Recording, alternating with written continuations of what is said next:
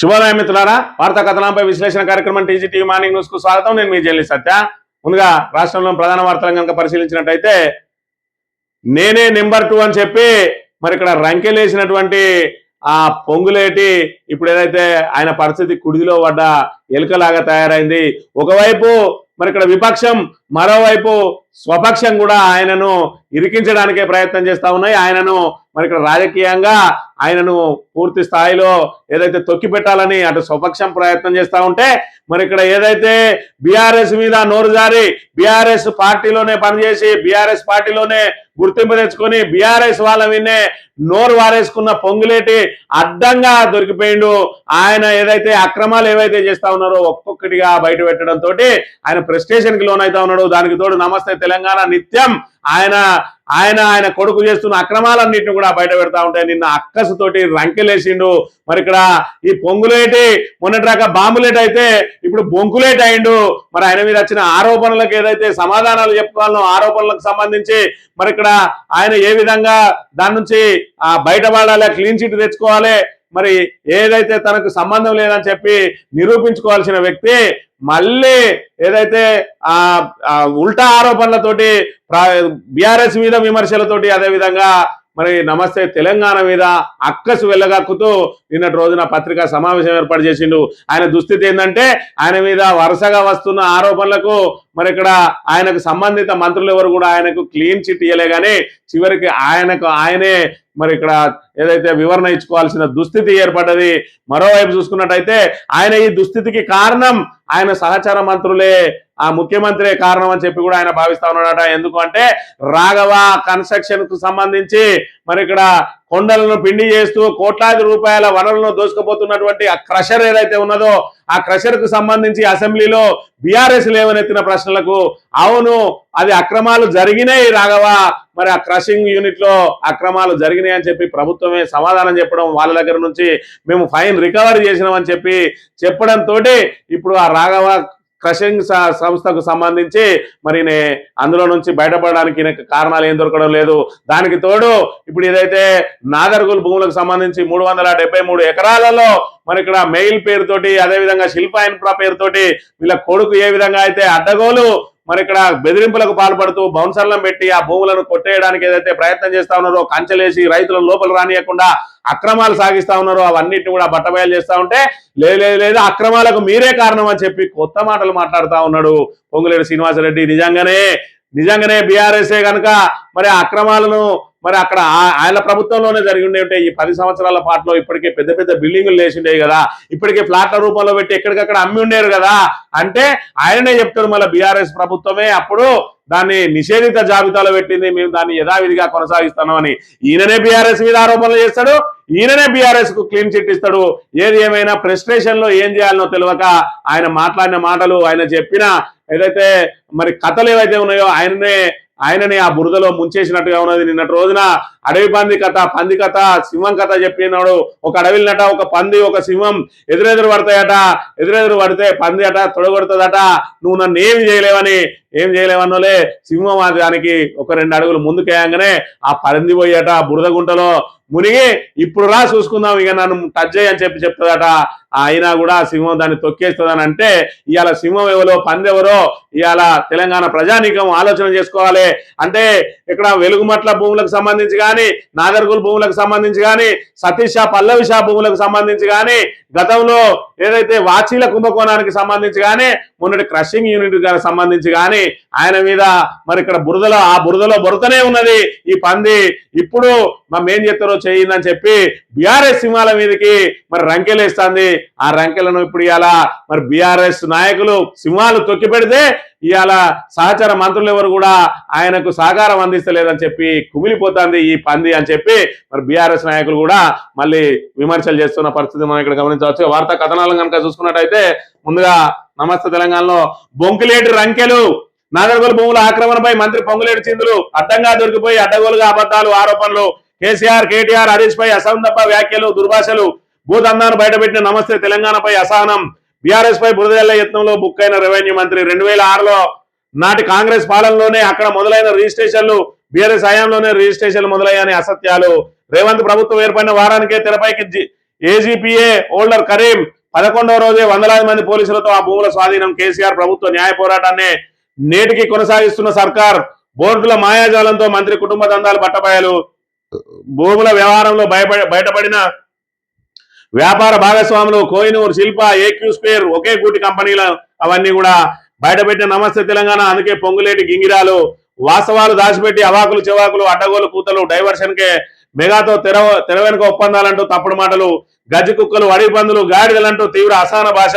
తనపై ఆరోపణలు పక్కకు నెట్టేందుకు మిగతా మంత్రులపై కూడా బురద జల్లిన పరిస్థితి మరి నిన్నటి రోజున నెలకొన్నది. ఒకవైపు నమస్తే తెలంగాణను మరి ఇక్కడ గుమస్తా తెలంగాణ అని చెప్పి అది గుమస్తా తెలంగాణ ఇంకేం తెలంగాణ పక్కకు పెడితే నువ్వు చేసే అక్రమాలు అవి అక్రమాలా కాదా అని చెప్పాలి. ఇప్పటికే నువ్వు ఆ గుట్టలను ఏదైతే క్రషింగ్ చేసినావో సాక్షాత్తు నిండు అసెంబ్లీలో ముఖ్యమంత్రి ప్రకటించిండు. అది మీరు బయటపెట్టింది కాదు, మేమే బయటపెట్టినాము. ఆ రాఘవ క్రషింగ్ యూనిట్ ఏదైతే ఉన్నదో ఖచ్చితంగా అక్రమాలకు పాల్పడ్డది, దాని దగ్గర నుంచి ఫైన్ వసూలు చేసినామని ఒక మంత్రిగా ఉండి ఈ రకమైన అక్రమాలకు పాల్పడుతున్నావు అని చెప్పి నీ మీద ఆరోపణ వచ్చినప్పుడే నువ్వు దాన్ని రాజీనామా చేయాలి. కానీ ఆరోపణలు రుజువై ఏదైతే సాక్షాత్తు శాసనసభ వేదికగా రుజువైనా కూడా ఇంకా మంత్రి పదవిని పట్టుకొని వేలాడుతా ఉన్నాడు. గతంలో బీఆర్ఎస్ ప్రభుత్వంలో ఒక కాంట్రాక్టర్ గా ఉన్నటువంటి వ్యక్తి ఇవాళ నేనే నెంబర్ 2 అని చెప్పి పొంగులు వంగితే కాంగ్రెస్ వాళ్ళందరూ నెత్తి మీద కాలు పెట్టి మరి కిందికి దొక్కుతా ఉన్నారు. ఇవాళ ఇంకా విచిత్రం ఏంది అని అంటే రెవెన్యూ మంత్రిని దొక్కడానికి కాంగ్రెస్ నుంచే కాంగ్రెస్ మంత్రులే లీకులు ఇస్తా ఉన్నారట బీఆర్ఎస్ వాళ్లకు. అక్కడ భూములను లాగేసుకున్నది పొంగులేటి శ్రీనివాసరెడ్డి, ఇక్కడ క్రషింగ్ చేస్తా ఉన్నది పొంగులేటి శ్రీనివాసరెడ్డి, సతీష్ పల్లవిశాలను బెదిరిస్తా ఉన్నది మరి ఇక్కడ పొంగులేటి శ్రీనివాసరెడ్డి. ఇక మేము ఆధారాలు మేము ఇస్తాం, మాకు మేముగా బయట పెడితే బాగుండదని చెప్పి బీఆర్ఎస్ వాళ్లకు ఆధారాలు అందిస్తా ఉన్నారు. అంటే మరి ఇక్కడ నిన్ను దొక్కడానికి నీ సొంత మరి మంత్రులు ఏ విధంగా ప్రయత్నం చేస్తా ఉన్నారో ఒకసారి చూడాలి.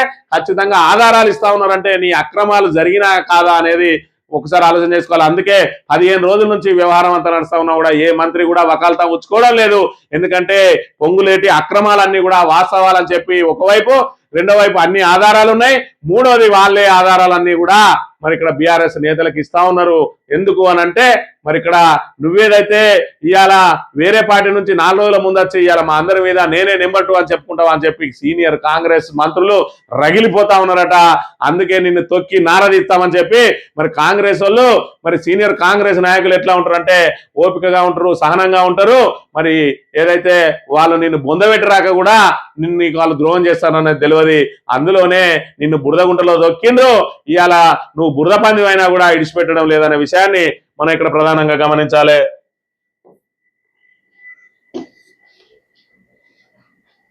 అబద్ధాన్ని ఒప్పుకోవాలంటే ధైర్యం కావాలి, అబద్ధాన్ని కప్పిపుచ్చుకోవాలంటే లౌక్యం కావాలి. ఈ రెండు కొరవడినప్పుడు ఒక అబద్ధాన్ని దాచేందుకు 100 అబద్ధాలు ఆడాల్సి వస్తుంది. రాష్ట్రంలో ప్రభుత్వ భూములే కాదు చివరికి అమాయక సామాన్యుల భూములపైన కన్నేసిన పొంగులేటి కుటుంబ భూభాగవతాలు దౌర్జన్యాలను బీఆర్ఎస్ బట్టబయలు చేస్తుండడంతో మంత్రి ఉక్కిరిబిక్కిరవుతున్నారు. శాసనసభ వేదికగా అడ్డంగా దొరకడమే కాదు నాగర్గుల్ భూములతోనూ ఆయన భూదాహం పొంగి పొరిన తీరు ప్రజలకు తెలవడంతో ఫ్రస్ట్రేషన్ గురవుతున్నారు. నిన్నటి దాకా సీఎం రేవంత్ నోటి వెంట భూత పురాణం వస్తుంది అనుకుంటే తాజాగా పొంగులేటి కూడా మరి ఇక్కడ భూ పురాణం ఏదైతే మరి భూత పురాణాలే వస్తా ఉన్నాయి. అసలు నాగర్గుల్ భూములకు సంబంధించి అసలు ఏం జరిగిందో ఒక్కసారి ఆలోచన చేసినట్టయితే 373 ఎకరాలకు సంబంధించి అది ప్రభుత్వ భూమి అని చెప్పి మరి అక్కడ గతంలో మేమైతే దీని వారసులం అని చెప్పి ఒక వ్యక్తి ఆ ఏజీపీఏ తీసుకుని ఏదైతే వచ్చిండో వచ్చి కోర్టుకు పోతే కోర్టు ఆయనకు అనుకూలంగా మరి ఏదైతే తీర్పు ఇచ్చిందో ఖచ్చితంగా వాళ్ళకు రిజిస్ట్రేషన్ చేసుకోవాలి, మొటేషన్ చేయాలని చెప్పి దాని ఆధారంగా అప్పుడున్న ఎంఆర్ఓ మొటేషన్ చేసినట.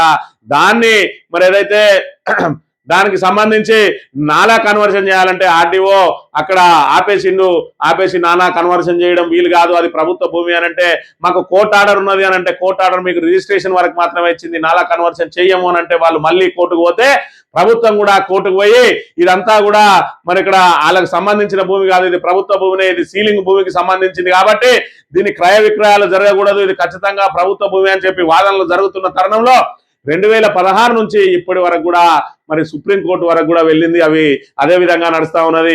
కానీ మరి ఇక్కడ 2023 డిసెంబర్ 7వ తేదీన వీళ్ళు అధికారంలోకి రాగానే మరి ఏదైతే ప్రభుత్వము హైకోర్టు ఏదైతే వీళ్ళకు అంతకుముందు రిజిస్ట్రేషన్ చేసుకోవచ్చని తీర్పునిచ్చిందో ఆ తీర్పు కాపీని రాచకొండ పోలీస్ స్టేషన్ కు తీసుకెళ్లి మన రాచకొండ కమిషనరేట్ పరిధిలో తీసుకొని పోయి మరి ఇక్కడ డిసెంబర్ 11వ తేదీనే మొత్తంగా మరి పెద్ద ఎత్తున పోలీసులను తీసుకొచ్చి ఈ కంచె వేసుకోవడం మొదలుపెట్టి అక్కడ ఉన్న రైతులందరినీ కూడా తరిమి కొట్టిండట. ఆ రైతులను తరిమి కొట్టి మరి ఇక్కడ ఈ విషయాలన్నీ కూడా ఒక్కొక్కటిగా బయటికి రావడంతో ఇవాళ ఏదైతే పొంగులేటి శ్రీనివాసరెడ్డికి సంబంధించి ముందుగా కోహినూర్ గ్రూప్ అనేది దానిలో అడుగుపెట్టింది, డెవలప్మెంట్ చేస్తామని. మరి అదేవిధంగా కోహినూర్ గ్రూప్ కు సంబంధించి చూసుకున్నట్టయితే అందులో రాఘవ కన్స్ట్రక్షన్స్ అలా మెర్జ్ అయి ఉన్నది. రాఘవ కన్స్ట్రక్షన్ ఎవరి పొంగులేటి కుటుంబాన్ని. ఆ తర్వాత మెయిల్ అండ్ శిల్పా ఇన్ఫ్రా అని వచ్చింది. శిల్పా ఇన్ఫ్రా ఎవరిది అని అంటే పొంగులేటి శ్రీనివాసరెడ్డి కొడుకు డైరెక్టర్ గా ఉన్నటువంటిది. మరి అన్ని కూడా ఒక్కటిగా బయట పెట్టడంతో మొత్తం అన్నిటి కూడా రంగులేసి పెట్టిండు మళ్ళా పొంగులేటి అనే విషయాన్ని మనం ఇక్కడ గమనించాలి. క్రషర్ విషయంలో కూడా ఆ క్రషర్ మాది కానే కాదు అని అన్నాడు. దానికి ముందుగానే బీఆర్ఎస్ వాళ్ళు పర్యటన చేస్తాను అనగానే దానికి సంబంధించిన రాఘవ కన్స్ట్రక్షన్ కి సంబంధించి పెయింట్ వేసి పెట్టిండు. ఇక్కడ మాత్రం బోర్డుల మీద బోర్డులు మారుతా ఉన్నాయి. ఇప్పుడు మెయిల్ కూడా మళ్ళీ అక్కడి నుంచి మటమాయం అయిపోయింది. ఈ రకంగా బోర్డులు మార్చినా మరి దాని వెనుక ఉన్నది మాత్రం రెవెన్యూ మంత్రి. ఇప్పుడేం చెప్తా ఉన్నాడు, అది ఖచ్చితంగా ప్రభుత్వ భూమి అంటా ఉన్నాడు. మీరే వాళ్ళకు దారాదత్తం చేసిండ్రు, మీరే దాన్ని ఆక్యుపై చేసుకోవాలని చెప్పి చూస్తా ఉన్నారు అంటా ఉన్నాడు. వాళ్ళు కూడా ప్రభుత్వానికి ఆక్యుపై చేయమంటాను కదా, పలానా సంస్థకి ఇవ్వట్లేరు, మొత్తం ఆ కంచెలన్నీ వీకేయి వాళ్ళే భూములను కబ్జా చేయాలని చూస్తా ఉన్నారు అని చెప్పి ఇవాళ అధికారంలో ఉండి రెవెన్యూ మంత్రిగా ఉండి ఉల్టా నీ మీద వచ్చిన ఆరోపణలను మరి వాళ్ళ మీదకి తిప్పికొట్టి వాళ్ళకు బురద లేదైతే ప్రయత్నం చేస్తానో, అధికారం నీ చేతిలో ఉన్నది, రెవెన్యూ నీ చేతిలో ఉన్నది, మొత్తం కంచెలన్నీ వీకేసి అక్కడి నుంచి ఆ ప్రైవేట్ సైన్యాన్ని ధర్మేయమంటే దాని మీద మాత్రం మాట్లాడు. ఏదైతే బురద చల్లాలే అది ఎవరు చూస్తలేరు కదా, నా మీద పడ్డ బురద వాళ్ళ మీద ఇంత చల్తా అని చెప్పి చూస్తా ఉన్నాడు తప్ప ఇప్పుడేమంటా ఉన్నాడు, మేము మీ భూ అక్రమాలన్నీ కూడా బయట పెడతా అంటాడు. అంటే నీ అక్రమాలు బయట పెడితే ఇవాళ గుర్తొచ్చిందా? భూ ఆక్రమణలు బయట పెట్టడానికి 2.5 సంవత్సరాల నుంచి మరి ఇక్కడ నువ్వు రెవెన్యూ మంత్రిగా ఉండి ఏం బీక్తాను అని చెప్పి ఇవాళ తెలంగాణ ప్రజానీకం నేను ప్రశ్నిస్తా ఉన్నది. ఇవాళ నీ అక్రమాలు బయట పెడితే బురద జల్లే కార్యక్రమంలో భాగంగా మీ అక్రమాలు కూడా బయట పెడతా అని చెప్పి బెదిరింపులకు పాల్పడతా ఉన్నావు. ఎందుకు అక్రమాలు ఇన్ని రోజుల నుంచి బయట పెడతలేవు? బయట పెట్టు, ఆ భూములు ఏంటియో బయట పెట్టు, దాన్ని బాజాప్తా మరి ఇక్కడ స్వాధీనం చేసుకో, అవసరమైతే కేసులు పెట్టు, క్రిమినల్ కేసులు పెట్టు, జైలుకు పంపి చేతగాని లెక్క ఇవాళ మీరు మీ అక్రమాలు కూడా బయట పెడతా అంటే నేను అక్రమం చేసినా మీరు సప్పుడే కూకోండి, లేకపోతే నేను మీ మీద కూడా ఏదైనా బురద చల్లుతా అన్నట్టుగా ఉన్నాయి ఇవాళ మరి పొంగులేటి శ్రీనివాసరెడ్డి వ్యాఖ్యలు అనే విషయాన్ని మనం ఇక్కడ గమనించాలి. ఇక డాబెట్ అడవి పంది కథ అడ్డం తిరిగింది. నవ్వుల పాలైన మంత్రి పొంగులేటి కహాని అసంబద్ధమైన కథతో అవినీతిని దాచే ప్రయత్నం, తనపై బురద జల్లుతున్నారని బాధపడుతున్నాయి సహచర మంత్రులకు కూడా మకిలి అంటించినమైనమాట. మరి ఇక్కడ బురద పంది అనే ఇందాక మనం చెప్పుకున్నట్టు బురద పంది కథ చెప్పిండు. ఆ బురద పంది కథల ఇప్పుడు సింహం ఎవరు పందెవరు అనేది పాపం ఆయనకైనా చెప్పుకొని ఆ కథలు ఆయనే బొక్కబొరలో పడ్డ విషయాన్ని అయితే మనం ఇక్కడ గమనించవచ్చు. ఎందుకంటే మరి ఇక్కడ నాదర్గుల భూములకు సంబంధించి, సతీష పల్లవిష భూములకు సంబంధించి, అదేవిధంగా ఖమ్మంలో కూల్చివేతలకు సంబంధించి, అంతకంటే ముందు కస్టమ్స్ లో ఈ వాచీల స్మగ్లింగ్ కు సంబంధించి, ఆ తర్వాత మరి ఈడీ దాడులకు సంబంధించి, క్రషర్ గుట్టలను మరి వనరుల దోపిడీ గురించి ఇవన్నీ బురదలలో మునుక్కుంటా నన్ను ముట్టుకుంటే మీకే బురద అంటుంది అని చెప్పి బురద పంది కథలు చెప్పి తప్పించుకునే ప్రయత్నం చేస్తా ఉన్నాడు. కానీ ఎదుటి వాళ్ళను బురదలో దూరిన పందిలాగా చూపించుకుంటే మరి ఈయననే బురద పంది అని చెప్పి చివరికి తేట తెల్లమైన అంశాన్ని అయితే మనం ఇక్కడ గమనించవచ్చు. ఇక మెగాతో పొత్తులు, బీఆర్ఎస్ పై కత్తులు, తనపై ఆరోపణలకు సమాధానం ఇవ్వలేక ఎదురుదాడికి దిగుతున్న మంత్రి పొంగులేటి, కంపెనీతో అంటకాగుతున్నది కాంగ్రెస్ సర్కారే, పెండింగ్ లో లేకుండా బిల్లులు చెల్లింపు, కొడంగల్ లిఫ్ట్ పనులు మెగా రాఘవకే, ఇరిగేషన్ బిల్లులన్నీ ఆ 2 కంపెనీలకే అని చెప్పి మరి ఇక్కడ చూడవచ్చు. ఇక చూసుకుంటే నిన్నటి రోజున నమస్తే తెలంగాణ మీద ఏ రకంగా అక్కసును వెళ్ళగక్కుతా ఉన్నాడో కూడా చూడొచ్చు.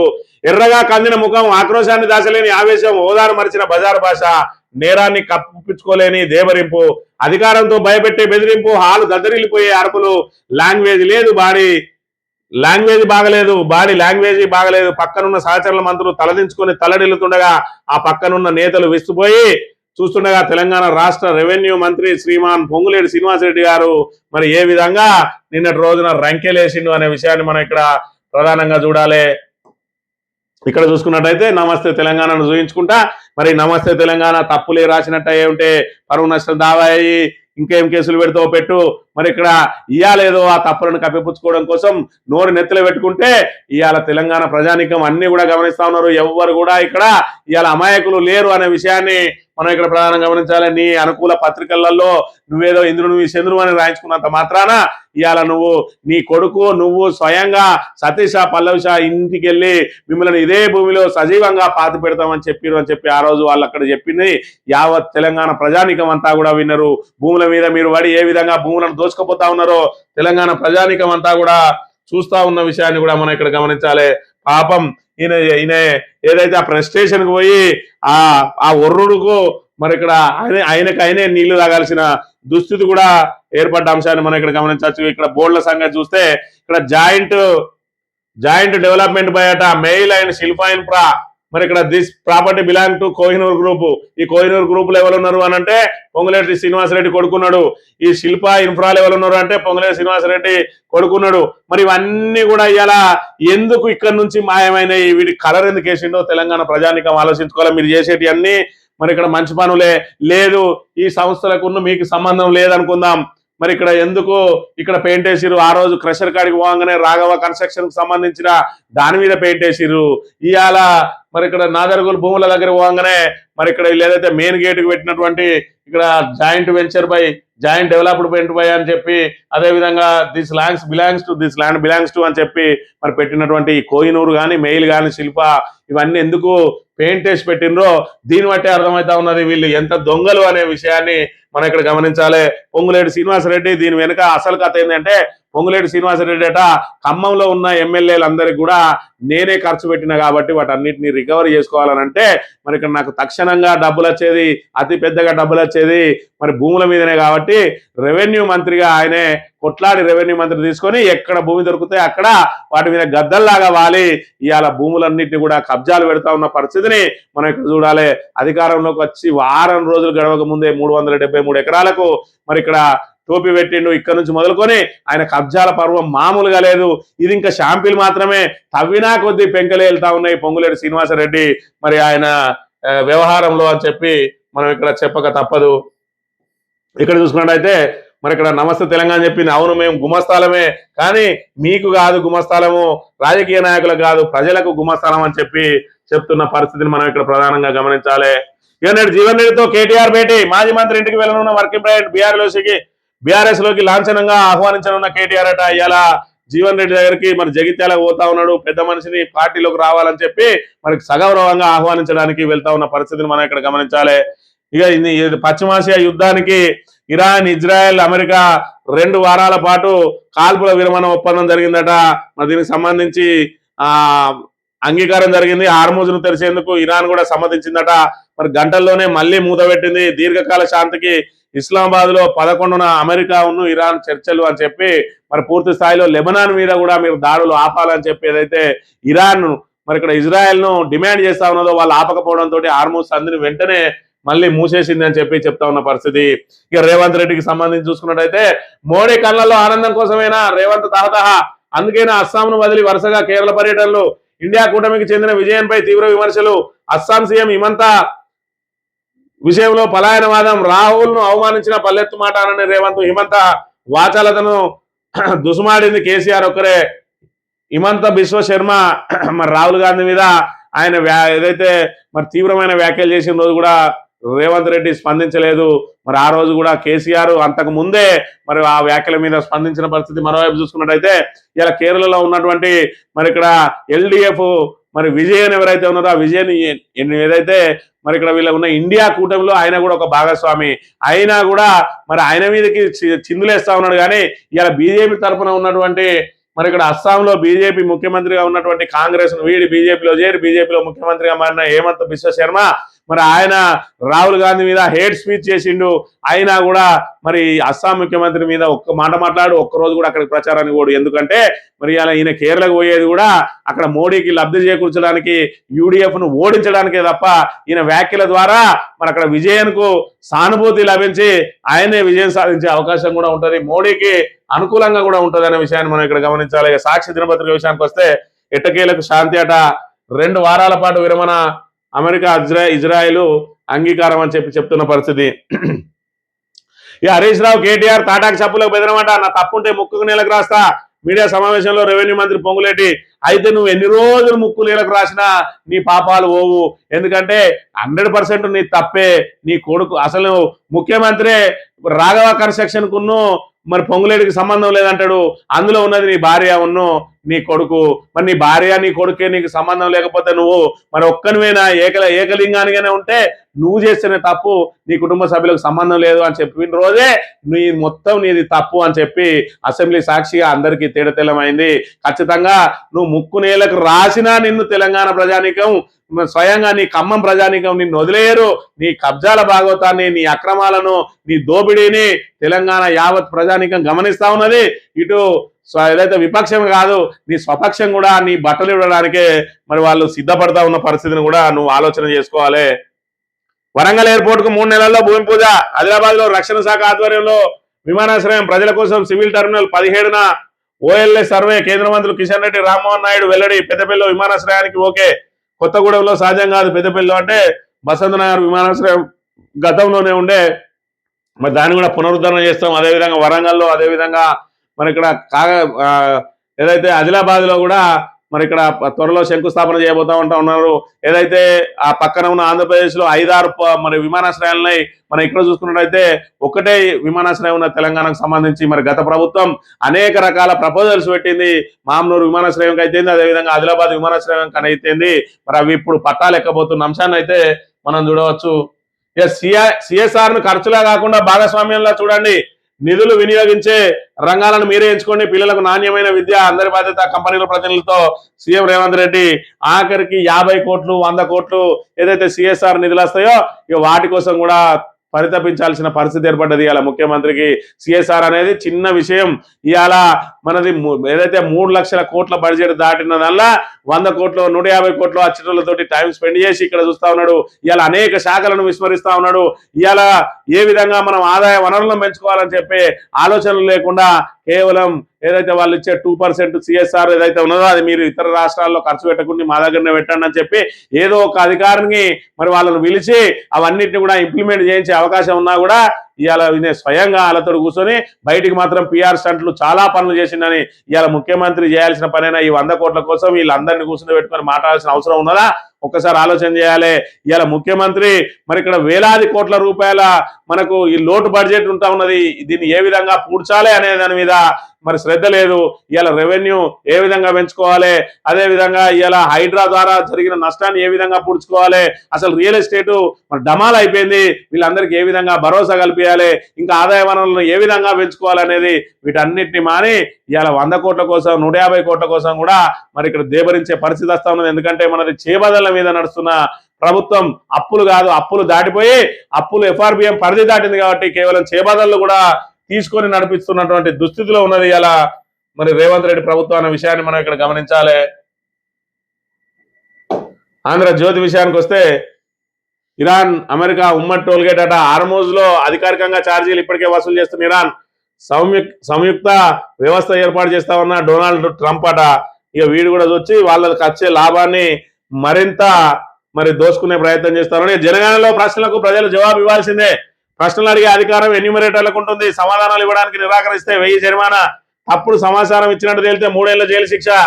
ఎన్యూమరేటర్లు విధులు తిరస్కరించినా, ఇతరులకు ఆటంకాలు కలిగించినా అదే జరిమానా, జైలు శిక్ష అట. మరి ఇక్కడ గతంలో చూసుకున్నట్టయితే రేవంత్ రెడ్డి ఆన్యవన్ను పంపిస్తే మా భూముల వివరాలన్నీ ఆయనకి చెప్పాలి నానే అని గొప్ప గొప్ప మాటలు మాట్లాడండి. ఇప్పుడేమో మరి ఇక్కడ జరిమానా ఎత్తారట, జైలు శిక్ష ఎత్తారట. అసలు ప్రతిపక్షంలో ఉన్నప్పుడు ఏం మాట్లాడండి, అధికార పక్షంలో ఉన్నప్పుడు ఏం మాట్లాడుతూ ఉన్నాడు రేవంత్ రెడ్డి ఒకసారి ఆలోచన చేయాలి. అంటే ప్రతిపక్షంలో ఉన్న రోజున బీఆర్ఎస్ మీద చేసిన అన్ని కూడా తప్పుడు ఆరోపణలే అని చెప్పి మరి ఒక్కొక్కటిగా తేటతెల్లమవుతున్న అంశాన్ని అయితే మనం ఇక్కడ గమనించాలి. ఇక యుద్ధంలో గెలిచింది ఎవరు, ఓడింది ఎవరు? యుద్ధంతో ఇరాన్ లో పాలనను మార్చలేకపోయినా అమెరికా, ఇజ్రాయెల్ ఆ దేశ యురేనియంను స్వాధీనం చేసుకోవడంలోనూ విఫలం. హార్మోజ్ను తెరవలేకపోయిన ట్రంప్ ఒక లక్ష్యము నెరవేరకుండానే కాల్పుల విరమణకు సిద్ధం. అమెరికా, ఇజ్రాయెల్ ను నిలువరించి సత్తా చాటిన ఇరాన్ టోల్ వసూలు ద్వారా హార్మోజ్ పై శాశ్వత పట్టుకు యత్నాలు. అమెరికాను నమ్ముకుని మునిగిన యుఏఈ, సౌదీ అరేబియా, ఇజ్రాయెల్లో నెతన్యాహుకు సొంత ప్రజల నుంచే నిరసన. మొత్తంగా 2 అగ్రరాజ్యాలు కలిసి కూడా ఇరాన్ ను ఏం బీకలేకపోయినాయి అనే విషయాన్ని మనం ఇక్కడ ప్రధానంగా గమనించాలి. ఇరాన్ ఇప్పటికే మరి ఆర్థిక మాంద్యంలో ఉన్నది.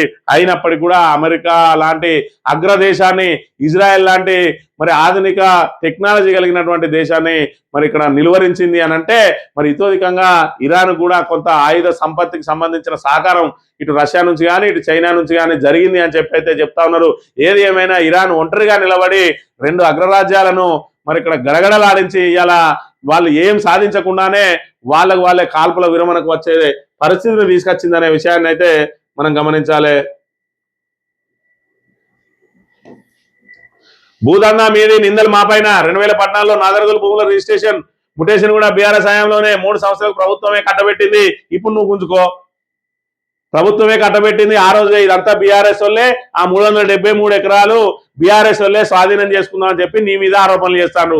ఇవాళ మొత్తం లాగేసుకుని వాళ్ళు అక్కడ ఉన్న ప్రైవేట్ సైన్యాన్ని తరిమే నీ ప్రభుత్వమే ఉన్నది, నీ పోలీసులే ఉన్నారు, నీ శాఖ రెవెన్యూ నీ చేతుల్లో ఉన్నది. అక్కడ ఉన్న కంచెలన్నీ తీసేయి, అవన్నిటి కూడా ప్రభుత్వంలో కలిపేసేయి. మరి ఇక్కడ మాట మాట్లాడితే మీనింగ్ ఉండాలంటారు. మరి ఇక్కడ ఏదైతే పొంగులేటి శ్రీనివాసరెడ్డి జనాలు పిచ్చోళ్ళు అన్నట్టుగా నేను ఏది చెప్తా అది నమ్ముతారు అన్నట్టుగా అప్పుడే అయింది, మీరే చేస్తా ఉన్నారు, మీరే దాన్ని లాగేసుకునే ప్రయత్నం చేస్తా ఉన్నారు. 2014లోనే మరి అక్కడ రిజిస్ట్రేషన్ అయ్యి 2016లోనే ముటేషన్ అయ్యి మరి వాళ్ళకు కట్టబెట్టాలని ఆలోచనే బీఆర్ఎస్ కుంటే ఇప్పటికే అక్కడ బిల్డింగ్లు వెలిసేది కాదా? 16 సంవత్సరాల నుంచి అట్లనే ఉంటుందా? ఒకసారి ఆలోచన చేయాలి. మరి బీఆర్ఎస్ సుప్రీంకోర్టు వరకు కూడా పోయి ఎందుకు పోరాడింది?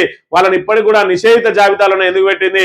మీరు కూడా మరి ఇక్కడ బీఆర్ఎస్ ఏదైతే నిషేధిత జాబితాలో పెట్టిరో యథాతథంగా మేము అట్లనే ఉంచినామని మళ్ళీ నిన్న నువ్వే చెప్తావు, మళ్ళీ బీఆర్ఎస్ దోసుకుంటుంది అంటావు. మరి నీది అక్కడ నీ దొంగతనం అనేది నీది నువ్వే బయట పెట్టుకున్నావు అనే విషయాన్ని కూడా మరి ఇక్కడ జనాలు గమనిస్తా ఉన్నారు.